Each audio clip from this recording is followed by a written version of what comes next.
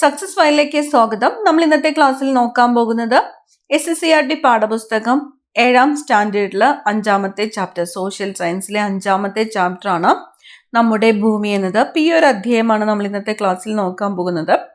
Start ചെയ്യാം. ഭൂമിയുടെ ഉള്ളറയുടെ കേന്ദ്രഭാഗത്തെ ചൂട് ഏകദേശം എത്രയാണ്? ഭൂമിയുടെ ഉള്ളറയുടെ കേന്ദ്രഭാഗത്തെ ചൂട് ഏകദേശം 5500 ഡിഗ്രി സെൽഷ്യസ് ആണ്. 5500 ഡിഗ്രി സെൽഷ്യസ്. ഭൂമിയുടെ കേന്ദ്രത്തിലേക്കുള്ള ഏകദേശ ദൂരം എത്രയാണ്? ഭൂമിയുടെ കേന്ദ്രത്തിലേക്കുള്ള ഏകദേശ ദൂരം എന്ന് പറയുന്നത് 6371 കിലോമീറ്റർ ആണ്. 6371 കിലോമീറ്റർ. ചില ശാസ്ത്രീയ പഠനങ്ങളുടെയും നിഗമനങ്ങളുടെയും അടിസ്ഥാനത്തിലാണ് ഭൂമിയുടെ ഉള്ളറയെ സംബന്ധിച്ച വിവരങ്ങൾ രൂപപ്പെട്ടിട്ടുള്ളത്. അവ ഏതൊക്കെയാണ്? ചില ശാസ്ത്രീയ പഠനങ്ങളുടെയും നിഗമനങ്ങളുടെയും അടിസ്ഥാനത്തിലാണ് ഭൂമിയുടെ ഉള്ളറയെ സംബന്ധിച്ച വിവരങ്ങൾ രൂപപ്പെട്ടിട്ടുള്ളത്. അവ അഗ്നിപർവ്വത സ്ഫോടനങ്ങളിലൂടെ ഭൂമിയുടെ ഉപരിതലത്തിൽ എത്തിച്ചേരുന്ന വസ്തുക്കൾ പരിശോധിക്കുന്നതിൽ നിന്നും, അതുപോലെ ഖനികളിൽ നിന്ന് ശേഖരിക്കുന്ന വിവരങ്ങളിൽ നിന്നും, ഭൂകമ്പ സമയത്തുണ്ടാകുന്ന തരംഗങ്ങളുടെ ചലനം വിശകലനം ചെയ്യുന്നതിൽ നിന്നും, ഇങ്ങനെയൊക്കെയാണ് നമ്മൾ ഭൂമിയുടെ ഉള്ളറയെ സംബന്ധിച്ച വിവരങ്ങൾ ശേഖരിച്ചിട്ടുള്ളത്. എങ്ങനെയാണ്? അഗ്നിപർവ്വത സ്ഫോടനങ്ങളിലൂടെ ഭൂമിയുടെ ഉപരിതലത്തിൽ എത്തിച്ചേരുന്ന വസ്തുക്കൾ പരിശോധിക്കുന്നതിൽ നിന്നും, അതുപോലെ ഖനികളിൽ നിന്ന് ശേഖരിക്കുന്ന വിവരങ്ങളിൽ നിന്നും, ഭൂകമ്പ സമയത്ത് ഉണ്ടാകുന്ന തരംഗങ്ങളുടെ ചലനം വിശകലനം ചെയ്യുന്നതിൽ നിന്നും. ഭൂകമ്പ സമയത്ത് ഉണ്ടാകുന്ന തരംഗങ്ങളുടെ ചലനം വിശകലനം ചെയ്യുന്നതിൽ നിന്നും. ഈ ഒരു ഭാഗം നമുക്ക് SSCRT ചാപ്റ്ററിൽ തന്നിരിക്കുന്നത് ജസ്റ്റ് ഒന്ന് വായിക്കാം. കോടിക്കണക്കിന് വർഷങ്ങൾക്ക് മുമ്പ് ചുട്ടുപൊള്ളുന്ന ഒരു ഗോളമായിരുന്നു ഞാൻ. പിന്നീട് നിരന്തരം പെയ്ത മഴയിലാണ് ഞാൻ തണുത്തത്. പിന്നെയും ദശലക്ഷക്കണക്കിന് വർഷങ്ങൾ കഴിഞ്ഞപ്പോഴാണ് ജീവജാലങ്ങൾ എന്നിലുണ്ടായത്. സൗരയൂഥ ഗ്രഹങ്ങളിൽ എന്നിൽ മാത്രമാണ് ജീവൻ നിലനിൽക്കുന്നത് എന്നറിയാമല്ലോ. അപ്പൊ ജീവൻ നിലനിൽക്കുന്നത് നമ്മുടെ ഭൂമിയിൽ മാത്രമാണ്. അറിയാം. നിങ്ങൾക്ക് ജീവിക്കാൻ വേണ്ടതെല്ലാം എന്നിലുണ്ട്. ശ്വസിക്കാൻ വേണ്ട വായു, കുടിക്കാനും മറ്റ് ആവശ്യങ്ങൾക്കുമുള്ള ജലം, സസ്യങ്ങളുടെ വളർച്ചയ്ക്ക് ആവശ്യമായ മണ്ണ്, അങ്ങനെ എല്ലാം. ഇനി ഉള്ളറയിലേക്ക്. ഭൂമിയുടെ ഉപരിതലത്തിലെ ചൂടിനെ കുറിച്ച് നമുക്ക് ധാരണയുണ്ടല്ലോ. എന്നാൽ ഉള്ളറയിലെ ചൂട് അതികഠിനമാണ്. ഉള്ളറയുടെ കേന്ദ്രഭാഗത്തെ ചൂട് ഏകദേശം 5500 ഡിഗ്രി സെൽഷ്യസ് ആണ്. 100 ഡിഗ്രി സെൽഷ്യസിലാണ് വെള്ളം തിളയ്ക്കുന്നത്. 100 ഡിഗ്രി സെൽഷ്യസിലാണ്. അപ്പോൾ ഭൂമിയുടെ ഉള്ളറയുടെ ചൂട് എന്ന് പറയുന്നത് 5500 ഡിഗ്രി സെൽഷ്യസ് ആണ്. 5500 ഡിഗ്രി സെൽഷ്യസ് ചൂട് നിങ്ങൾക്ക് സങ്കല്പിക്കാനാകുമോ? നിങ്ങൾ ഖനികൾ എന്ന് കേട്ടിട്ടുണ്ടോ? അവയിൽ ഏറ്റവും ആഴമുള്ള ഖനിയുടെ താഴ്ച എത്ര കിലോമീറ്റർ ആണെന്നറിയാമോ? ഏകദേശം 12 കിലോമീറ്റർ ആണ്. അപ്പോൾ ഏകദേശം 12 കിലോമീറ്റർ മാത്രമാണ് നമുക്ക് ഭൂമിയുടെ ഉള്ളിലേക്ക് പോകുവാനായിട്ട് സാധിച്ചിട്ടുള്ളത്. അത്രത്തോളം ദൂരം പോലും മനുഷ്യന് ചെന്നെത്താനാകുന്നത് യന്ത്രങ്ങളുടെയും സുരക്ഷാ ഉപകരണങ്ങളുടെയും സഹായത്തോടെയാണ്. ഏകദേശം 6371 കിലോമീറ്റർ ആണ് ഭൂമിയുടെ കേന്ദ്രത്തിലേക്കുള്ള ദൂരം. അപ്പോൾ ഭൂമിയുടെ ഉള്ളറയെക്കുറിച്ചുള്ള വിവരങ്ങൾ മനുഷ്യന് നേരിട്ട് ചെന്ന് മനസ്സിലാക്കുക സാധ്യമാണ്. പിന്നെ എങ്ങനെയാണ് ഭൂമിയുടെ ഉള്ളറയെക്കുറിച്ചുള്ള വിവരങ്ങൾ നമുക്ക് ലഭിച്ചത്? ചില ശാസ്ത്രീയ പഠനങ്ങളുടെയും നിഗമനങ്ങളുടെയും അടിസ്ഥാനത്തിലാണ് ഭൂമിയുടെ ഉള്ളറയെ സംബന്ധിച്ച വിവരങ്ങൾ രൂപപ്പെട്ടിട്ടുള്ളത്. അവ അഗ്നിപർവ്വത സ്ഫോടനങ്ങളിലൂടെ ഭൂമിയുടെ ഉപരിതലത്തിൽ എത്തിച്ചേരുന്ന വസ്തുക്കൾ പരിശോധിക്കുന്നതിൽ നിന്നും, അതുപോലെ ഖനികളിൽ നിന്ന് ശേഖരിക്കുന്ന വിവരങ്ങളിൽ നിന്നും, ഭൂകമ്പ സമയത്തുണ്ടാകുന്ന തരംഗങ്ങളുടെ ചലനം വിശകലനം ചെയ്യുന്നതിൽ നിന്നും. അടുത്തതായിട്ട് ഭൂമിയുടെ ഘടനയാണ് നമ്മൾ പഠിക്കാൻ പോകുന്നത്. ഭൂമിയുടെ ഘടന ഇവിടെ തന്നിരിക്കുന്ന ചിത്രത്തിൽ അറിയാം. ഭൂവൽക്കം, മാൻഡിൽ, അകക്കാമ്പ്, പുറക്കാമ്പ് എന്നിവയാണ് ഭൂമിയുടെ ഈ ഒരു പാളികളായിട്ട് നമ്മൾക്ക് തന്നിരിക്കുന്നത്. ഏതൊക്കെയാണ്? ഭൂവൽക്കം, മാൻഡിൽ, പുറക്കാമ്പ്, അകക്കാമ്പ്. ഇവിടെ അതിനെ തരംതിരിച്ച് പ്രത്യേകം പോയിന്റ്സ് ആയിട്ട് തന്നിട്ടുണ്ട്. നമുക്ക് ജസ്റ്റ് ക്വസ്റ്റ്യൻസ് നോക്കിയിട്ട് വരാം. ഭൂമിയുടെ ഏറ്റവും പുറമേയുള്ള പാളി. ഭൂമിയുടെ ഏറ്റവും പുറമേയുള്ള പാളിയാണ് ഭൂവൽക്കം. ഭൂമിയുടെ ഏറ്റവും പുറമേയുള്ള പാളി ഭൂവൽക്കമാണ്. ഭൂവൽക്കം നിർമ്മിതമായിരിക്കുന്നത്, ഭൂവൽക്കം എന്തുകൊണ്ടാണ് നിർമ്മിച്ചിരിക്കുന്നത്? ഖരരൂപത്തിലുള്ള പാറകളാലാണ് ഭൂവൽക്കം നിർമ്മിതമായിരിക്കുന്നത്. ഭൂമിയുടെ ഏറ്റവും പുറമെയുള്ള പാളി ഭൂവൽക്കമാണ്. ഭൂവൽക്കം നിർമ്മിതമായിരിക്കുന്നത് ഖരരൂപത്തിലുള്ള പാറകളാലാണ്. ഇനി ഭൂവൽക്കത്തിന്റെ 2 ഭാഗങ്ങൾ ഏതൊക്കെയാണ്? ഭൂവൽക്കത്തിന് 2 ഭാഗങ്ങളുണ്ട്. അവ ഏതൊക്കെയാണ്? വൻകര ഭൂവൽക്കം, സമുദ്ര ഭൂവൽക്കം എന്നിവയാണ്. ഭൂവൽക്കത്തെ വൻകര ഭൂവൽക്കം എന്നും സമുദ്ര ഭൂവൽക്കം എന്നും 2ആയിട്ട് തിരിച്ചിരിക്കുന്നു. ഇനി ഭൂവൽക്കത്തിലെ കനം കൂടിയ ഭാഗം ഏത് എന്ന് ചോദിക്കും. ഇപ്പൊ വൻകര ഭൂവൽക്കമുണ്ട്, സമുദ്ര ഭൂവൽക്കമുണ്ട്. ഇതിൽ കനം കൂടിയ ഭാഗം എന്ന് പറയുന്നത് വൻകര ഭൂവൽക്കമാണ്. വൻകര ഭൂവൽക്കമാണ് കനം കൂടിയ ഭാഗം. വൻകര ഭൂവൽക്കത്തിന്റെ പർവ്വത പ്രദേശത്തെ ശരാശരി കനം എന്ന് പറയുന്നത് 70 കിലോമീറ്റർ ആണ്. വൻകര ഭൂവൽക്കത്തിന്റെ പർവ്വത പ്രദേശത്തെ ശരാശരി കനം എത്രയാണ്? 70 കിലോമീറ്റർ ആണ്. ഇനി നമുക്ക് ടെക്സ്റ്റ് ബുക്ക് ഒന്ന് വായിക്കാം. ഭൂവൽക്കം അല്ലെങ്കിൽ ക്രസ്റ്റ്. ഭൂമിയുടെ ഏറ്റവും പുറമെയുള്ളതും താരതമ്യേന നേർത്തതുമായ പാളിയാണ് ഭൂവൽക്കം. ഖരരൂപത്തിലുള്ള പാറകളാൽ നിർമ്മിതമാണ് ഈ പാളി. ഭൂവൽക്കത്തിന് വൻകര ഭൂവൽക്കം, സമുദ്ര ഭൂവൽക്കം എന്നിങ്ങനെ 2 ഭാഗങ്ങളുണ്ട്.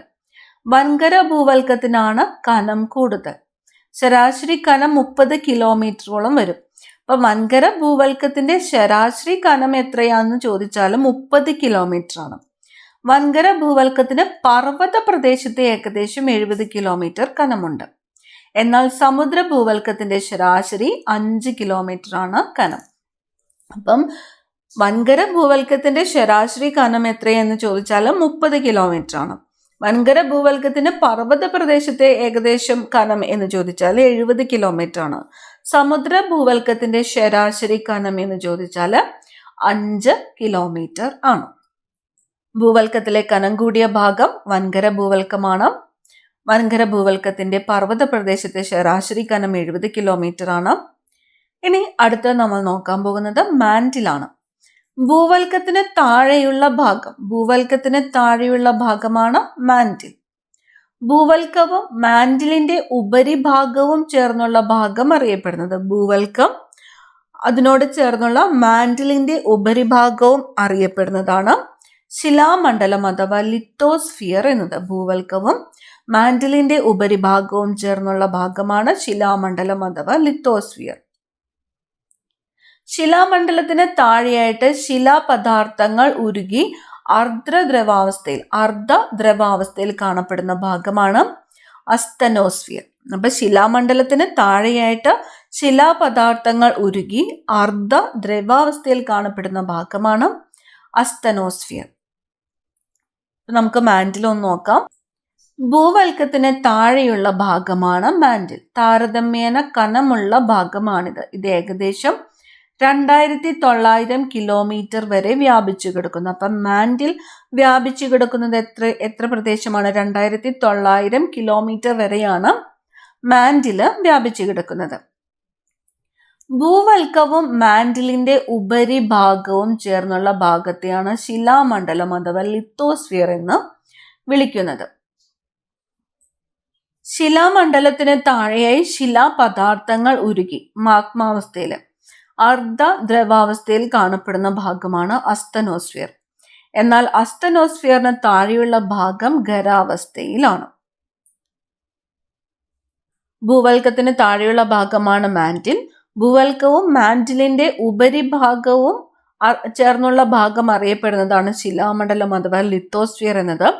ശിലാമണ്ഡലത്തിന് താഴെയായിട്ട് ശിലാപദാർത്ഥങ്ങൾ ഉരുകി അർദ്ധദ്രവാവസ്ഥയിൽ കാണപ്പെടുന്ന ഭാഗമാണ് അസ്തനോസ്ഫിയർ. ഇനി മാന്റിലിന് താഴെയുള്ള ഭാഗം ഏതാണ്? മാന്റിലിന് താഴെയുള്ള ഭാഗം കാമ്പാണ്. കാമ്പ്. മാന്റിലിന് താഴെയുള്ള ഭാഗം കാമ്പ്.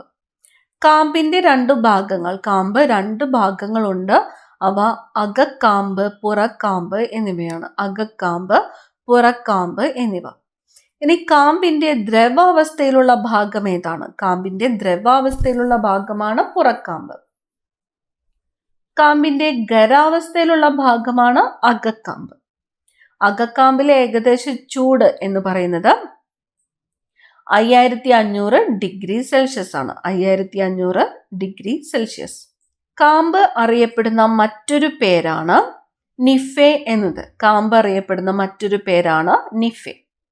കാമ്പ് രൂപപ്പെട്ടിരിക്കുന്ന പ്രധാന ലോഹങ്ങൾ ഏതൊക്കെയാണ്? കാമ്പ് രൂപപ്പെട്ടിരിക്കുന്നത് പ്രധാനമായും നിക്കൽ, ഇരുമ്പ് എന്നിവയാലാണ്. നിക്കൽ, ഇരുമ്പ്, നിഫെ, നിക്കൽ, ഇരുമ്പ്. അതുകൊണ്ടാണ് ഇവിടെ നിഫെ. കാമ്പ് അറിയപ്പെടുന്ന മറ്റൊരു പേര് നിഫെ. SSCRT ഭാഗം. മാൻഡിലിന് താഴെയുള്ള ഭാഗമാണ് കാമ്പ്. കാമ്പിന് പുറക്കാമ്പ്, അകക്കാമ്പ് എന്നീ 2 ഭാഗങ്ങളുണ്ട്. പുറക്കാമ്പ് ദ്രവാവസ്ഥയിലും അകക്കാമ്പ് ഖരാവസ്ഥയിലുമാണ്. കാമ്പ് മുഖ്യമായിട്ടും നിക്കൽ, ഇരുമ്പ് എന്നീ ലോഹങ്ങളാൽ രൂപം കൊണ്ടതാണ്. അതിനാൽ കാമ്പിന് നിഫെ എന്നും പേരുണ്ട്. അകക്കാമ്പിലെ ചൂട് ഏകദേശം 5500 ഡിഗ്രി സെൽഷ്യസ് ആണ്. ഒന്നുകൂടി നോക്കാം. മാൻഡിലിന് താഴെയുള്ള ഭാഗമാണ് കാമ്പ്. കാമ്പിന്റെ 2 ഭാഗങ്ങളാണ് പുറക്കാമ്പ്, അകക്കാമ്പ്. കാമ്പിന്റെ ദ്രവാവസ്ഥയിലുള്ള ഭാഗമാണ് പുറക്കാമ്പ്. കാമ്പിന്റെ ഖരാവസ്ഥയിലുള്ള ഭാഗമാണ് അകക്കാമ്പ്. അകക്കാമ്പിലെ ഏകദേശ ചൂട് എന്ന് പറയുന്നത് 5500 ഡിഗ്രി സെൽഷ്യസ് ആണ്. കാമ്പ് അറിയപ്പെടുന്ന മറ്റൊരു പേരാണ് നിഫെ. കാമ്പ് രൂപപ്പെട്ടിരിക്കുന്ന പ്രധാന ലോഹങ്ങളാണ് നിക്കൽ, ഇരുമ്പ് എന്നിവ. അടുത്തതായിട്ട് ഭൂമിയുടെ ഉള്ളറയുടെയും ഓരോ പാളിയുടെയും സവിശേഷതകൾ പട്ടികയിൽ നൽകിയിരിക്കുന്നു. അവയിൽ ശരിയായവയുടെ നേരെ ഹാപ്പി സ്മൈലിയും അതുപോലെ തന്നെ തെറ്റായവയുടെ നേരെ സാഡ് സ്മൈലിയും വരച്ചു ചേർക്കുവാനാണ് പറഞ്ഞിരിക്കുന്നത്. വായിക്കാം. അപ്പൊ നമുക്കിത് പ്രസ്താവന ടൈപ്പ് ക്വസ്റ്റ്യൻസ് വരാനായിട്ട് ചാൻസ് ഉള്ള പ്രസ്താവനകളാണ്. അപ്പൊ ഇത് മനസ്സിലാക്കി വെക്കുക. ഭൂമിയുടെ ഏറ്റവും പുറമെയുള്ള ശിലാനിർമ്മിതമായ ഉറപ്പുള്ള ഭാഗമാണ് ഭൂവൽക്കം. ശരിയാണ്. ഭൂമിയുടെ ഏറ്റവും പുറമെയുള്ള ശിലാനിർമ്മിതമായ ഉറപ്പുള്ള ഭാഗമാണ് ഭൂവൽക്കം. ഭൂവൽക്കവും മാൻഡിലിന്റെ ഉപരിഭാഗവും ചേർന്നതാണ് ശിലാമണ്ഡലം. ഭൂവൽക്കവും മാൻഡിലിന്റെ ഉപരിഭാഗവും ചേർന്നതാണ് ശിലാമണ്ഡലം. ശരിയാണ്.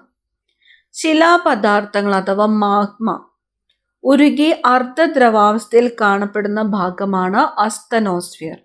അപ്പൊ മാഗ്മ അല്ലെങ്കിൽ മാഗ്മ, ലാവ ഒക്കെ കാണപ്പെടുന്നത് എവിടെയാണ്? അസ്തനോസ്ഫിയറിലാണ്. അസ്തനോസ്ഫിയർ. പുറക്കാമ്പ് ദ്രവാവസ്ഥയിലാണ്. ശരിയാണ്. പുറക്കാമ്പ് ദ്രവാവസ്ഥയിലാണ്. അകക്കാമ്പ് ഖരാവസ്ഥയിലാണ്. പുറക്കാമ്പ് ദ്രവാവസ്ഥയിലാണ് എന്ന് പറഞ്ഞിരിക്കുന്നത് ശരിയായിട്ടുള്ള പ്രസ്താവനയാണ്. വൻകര ഭൂവൽക്കം, സമുദ്ര ഭൂവൽക്കം എന്നിവ ഭൂവൽക്കത്തിന്റെ 2 ഭാഗങ്ങളാണ്. ശരിയാണ്. ഭൂവൽക്കത്തിന് 2 ഭാഗങ്ങളാണുള്ളത്. അവ വൻകര ഭൂവൽക്കം, സമുദ്ര ഭൂവൽക്കം എന്നിവയാണ്. ഇനി കാമ്പിന് നിഫെ എന്നും പേരുണ്ട്. കാമ്പിന് നിഫെ എന്നും പേരുണ്ട്.